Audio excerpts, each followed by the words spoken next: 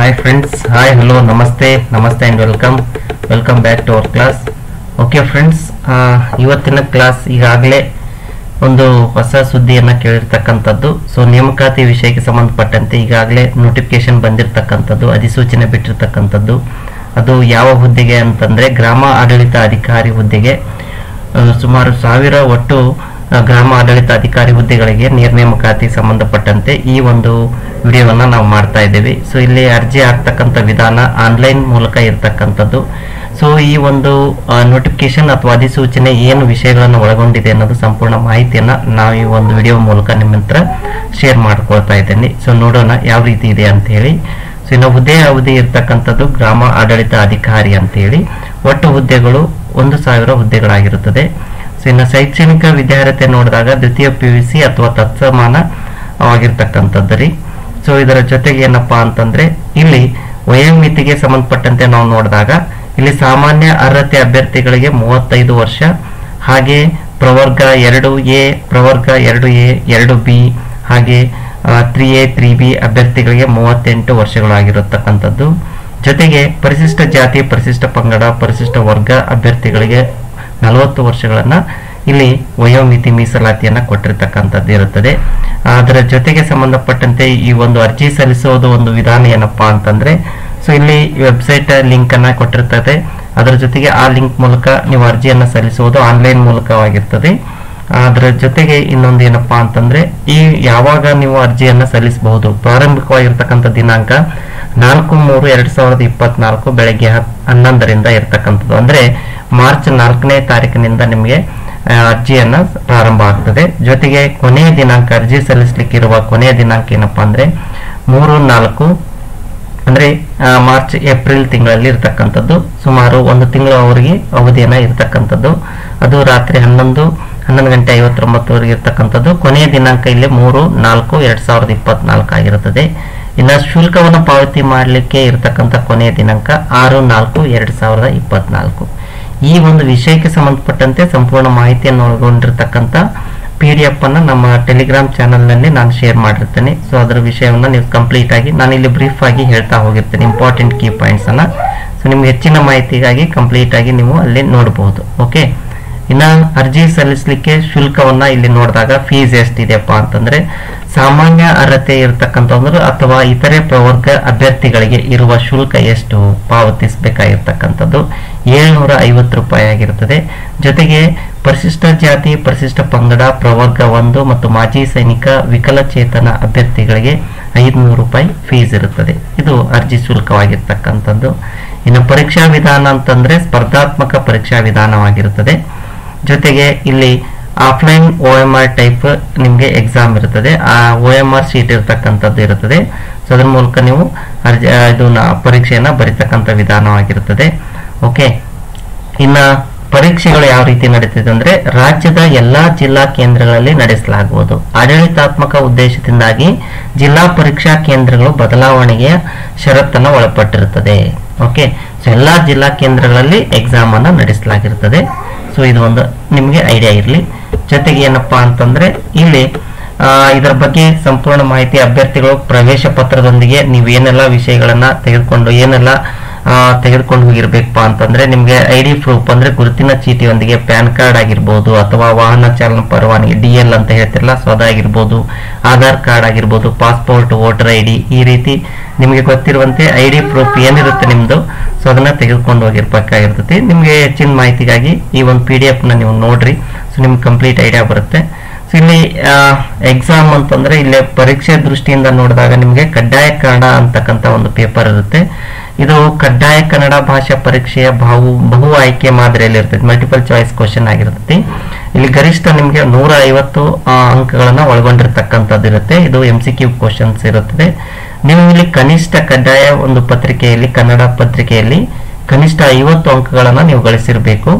So ಕನಿಷ್ಠ 50 ಅಂಕಗಳು ಗಳಿಸಿದ ಅಭ್ಯರ್ಥಿಗಳಿಗೆ ಮಾತ್ರ ಇಲ್ಲಿ ಅರ್ಹರಾಗಿರೋದಿಲ್ಲ. ಹೌದಾ? ಅಂದ್ರೆ ಅದಕ್ಕಿಂತ ಕಡಿಮೆ ಇರ್ತಕ್ಕಂಥವ್ರು ಅರ್ಹರಾಗಿರೋದಿಲ್ಲ. ನೀವು ಅರ್ಹತೆಯನ್ನು ಹೊಂದಿರಬೇಕಪ್ಪ ಅಂತಂದ್ರೆ 50 ಅಂಕಗಳನ್ನ ನೀವು ಕಂಪ್ಲೀಟ್ ಆಗಿ ತೆಗೆದುಕೊಂಡಿರ್ಬೇಕಾಗಿರ್ತದೆ. ಓಕೆ, ಕನಿಷ್ಠ ಪಕ್ಷ. ಇನ್ನು ಕಡ್ಡಾಯ ಕನ್ನಡ ಭಾಷಾ ಪರೀಕ್ಷೆಯಲ್ಲಿ ಪಡೆದ ಅಂಕಗಳ ಹುದ್ದೆಗಳ ಆಯ್ಕೆಗೆ ಪರಿಗಣಿಸುವುದಿಲ್ಲ. ಏನು ಕಡ್ಡಾಯ ಕನ್ನಡ ಅಂತ ಇರುತ್ತಲ್ಲ, ಅದು ಎಲಿಜಿಬಿಲಿಟಿ ಇರುತ್ತೆ, ಅರ್ಹತೆಗೆ ಮಾತ್ರ ಇರುತ್ತದೆ.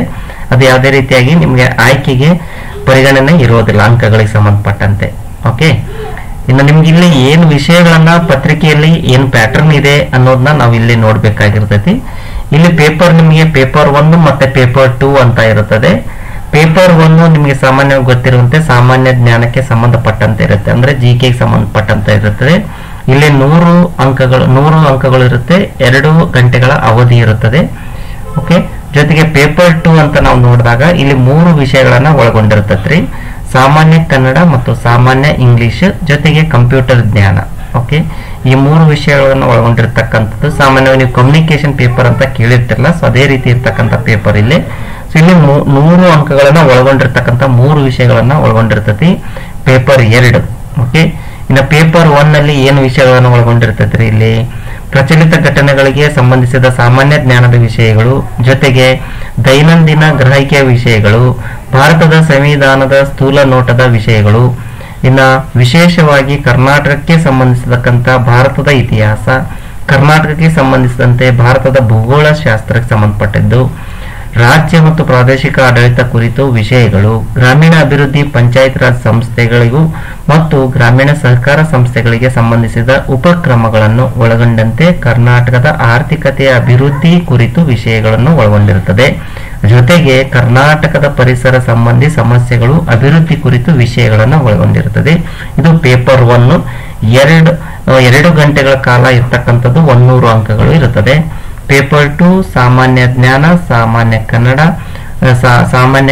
ಮತ್ತು ಸಾಮಾನ್ಯ ಇಂಗ್ಲಿಷು ಮತ್ತೆ ಕಂಪ್ಯೂಟರ್ ಜ್ಞಾನ, ಈ 3 ವಿಷಯಗಳನ್ನು ಒಳಗೊಂಡಿರ್ತಕ್ಕಂಥದ್ದು ಪೇಪರ್ 2 ಆಗಿರ್ತದೆ. ಇಲ್ಲಿ ಕೂಡ ನಿಮಗೆ 100 ಅಂಕಗಳಿಂದ ಕೂಡಿರ್ತಕ್ಕಂಥದ್ದು, 2 ಗಂಟೆಗಳ ಕಾಲ ಇರತಕ್ಕಂಥದ್ದು. 100 ಮಾರ್ಕ್ಸ್ ಇರುತ್ತೆ, 2 ಅವರ್ಸ್ ನಿಮಗೆ ಡ್ಯೂರೇಷನ್ ಇರುತ್ತೆ. ಇನ್ನು ನೆಕ್ಸ್ಟ್ ಏನಪ್ಪಾ ಅಂತಂದ್ರೆ ಇಲ್ಲಿ ಪಾಯಿಂಟ್ ಇಂಪಾರ್ಟೆಂಟ್ ಇರ್ತಕ್ಕಂಥದ್ದು, ಅಭ್ಯರ್ಥಿಯು ಅರ್ಹತೆಗಾಗಿ ಸಾಮರ್ಥ್ಯದ ಸ್ಪರ್ಧಾತ್ಮಕ ಪರೀಕ್ಷೆಯಲ್ಲಿ ಒಟ್ಟು ಅಂಕಗಳಲ್ಲಿ ಕನಿಷ್ಠ 35 ಅಂಕಗಳನ್ನ ಪಡೆದುಕೊಂಡಿರಬೇಕಾಗಿರುತ್ತದೆ.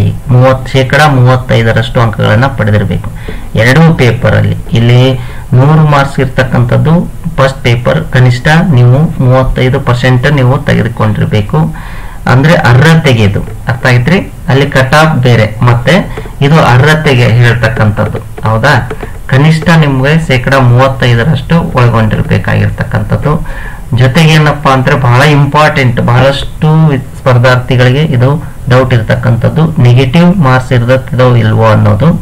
ಇಲ್ಲಿ ಸ್ಪರ್ಧಾತ್ಮಕ ಪರೀಕ್ಷಾ ಪ್ರಶ್ನೆ ಪತ್ರಿಕೆಗಳಲ್ಲಿ ಪ್ರತಿಯೊಂದು ಪ್ರಶ್ನೆಗೂ ನಿಮಗೆ 4 ಪರ್ಯಾಯ ಉತ್ತರಗಳಿದ್ದು, ಅಂದ್ರೆ 1/4 0.25 ಅಂತ ಹೇಳ್ತಿರಲ್ಲ. ಸೊ 4 ಪ್ರಶ್ನೆಗಳು ಅಥವಾ 4 ಉತ್ತರಗಳು ತಪ್ಪಾಗಿದ್ದಾಗ ಒಂದು ಸರಿಯಾದ ಉತ್ತರವನ್ನ ಕಡಿತ ಮಾಡಲಾಗುತ್ತದೆ. ಇದು ನಿಯಮ ಇರ್ತಕ್ಕಂಥದ್ದು ನೆಗೆಟಿವ್ ಮಾರ್ಕ್ಸ್.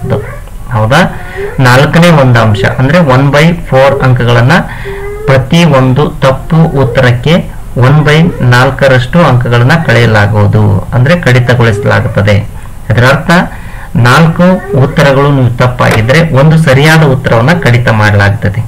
ಇದು ಋಣಾತ್ಮಕ ಅಥವಾ ನೆಗೆಟಿವ್ ವ್ಯಾಲ್ಯೂಯೇಷನ್ ಇರ್ತಕ್ಕಂಥ ನಿಯಮ ಆಗಿರುತ್ತದೆ.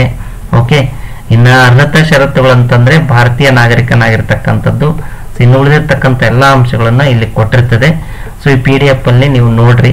ಇನ್ನು ಮೀಸಲಾತಿಗೆ ಸಂಬಂಧಪಟ್ಟಂತೆ ನಾನು ಈಗಾಗಲೇ ಹೇಳಿದೆ, ವಿಷಯ ಏನಿದೆ ಅನ್ನೋದು ಕೂಡ ಹೇಳಿದೆ. ಪತ್ರಿಕೆಯಲ್ಲಿ ಯಾವ ವಿಷಯಗಳನ್ನು ಒಳಗೊಂಡಿರ್ತೈತೆ ಅನ್ನೋದು ಕೂಡ ನಾವು ತಿಳ್ಕೊಂಡ್ವಿ. ಸೊ ಇಲ್ಲಿವರೆಗೂ ನೀವು ನೋಡಿರ್ತಕ್ಕಂಥ ಈ ಒಂದು ವಿಡಿಯೋ ನಿಮ್ಗೆ ಕಂಪ್ಲೀಟ್ ಐಡಿಯಾ ಬಂದಿದೆ ಅನ್ಕೊಂಡಿದ್ದೀನಿ.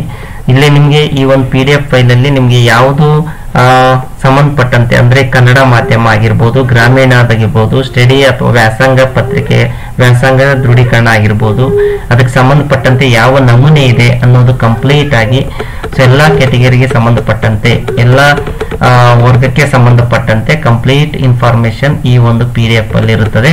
ಸೊ ನೀವು ಒಂದು ನಮ್ಮ ಟೆಲಿಗ್ರಾಮ್ ಚಾನಲ್ ಅಲ್ಲಿ ಜಾಯಿನ್ ಆಗಬೇಕು. ನಾನು ಡಿಸ್ಕ್ರಿಪ್ಷನ್ ಅಲ್ಲಿ ಲಿಂಕ್ ಅನ್ನು ಹಾಕಿರ್ತೇನೆ. ಸೊ ಅದ್ರ ಜೊತೆಗೆ ಆ ವಿಡಿಯೋನ ನೋಡ್ರಿ. ಸೊ ಒಂದು PDF ಅನ್ನ ಹೆಲ್ಪ್ ತಗೊಳ್ರಿ. ಸೊ ಇಲ್ಲಿವರೆಗೂ ನೀವು ಈ ಕ್ಲಾಸ್ ನೋಡಿಕ್ಕೆ ಅಥವಾ ಈ ವಿಡಿಯೋ ನೋಡಿಕ್ಕೆ ಎಲ್ಲರಿಗೂ ಥ್ಯಾಂಕ್ ಯು ಹೇಳ್ತಾ, ಸೊ ಇವತ್ತಿನ ಈ ಕ್ಲಾಸ್ನ ಮುಗಿಸ್ತಾ ಇದ್ದೀನಿ, ಈ ಒಂದು ವಿಡಿಯೋನ ಮುಗಿಸ್ತಾ ಇದ್ದೀನಿ. ಇನ್ನೂ ಹೆಚ್ಚಿನದಾಗಿ ಏನಾದ್ರು ಡೌಟ್ಸ್ ಇತ್ತಂದ್ರೆ ಕಮೆಂಟ್ ಮಾಡಿ. ಓಕೆ, ಸೊ ಮತ್ತೆ ಅದರ ಒಂದು ವಿಷಯಕ್ಕೆ ಸಂಬಂಧಪಟ್ಟಂತೆ ಮತ್ತೆ ನಾವು ಇನ್ನೊಂದು ವಿಡಿಯೋದಲ್ಲಿ ಸಿಗೋಣ ಅಂತ ಹೇಳ್ತಾ ಸೊ ಇವತ್ತಿನ ಕ್ಲಾಸ್ನ ಮುಗಿಸ್ತಾ ಇದ್ದೀನಿ. Thank you friends, thank you very much. We'll meet again in our next class. By saying these words, I am finishing this session. Take care of your friends and also have a nice day.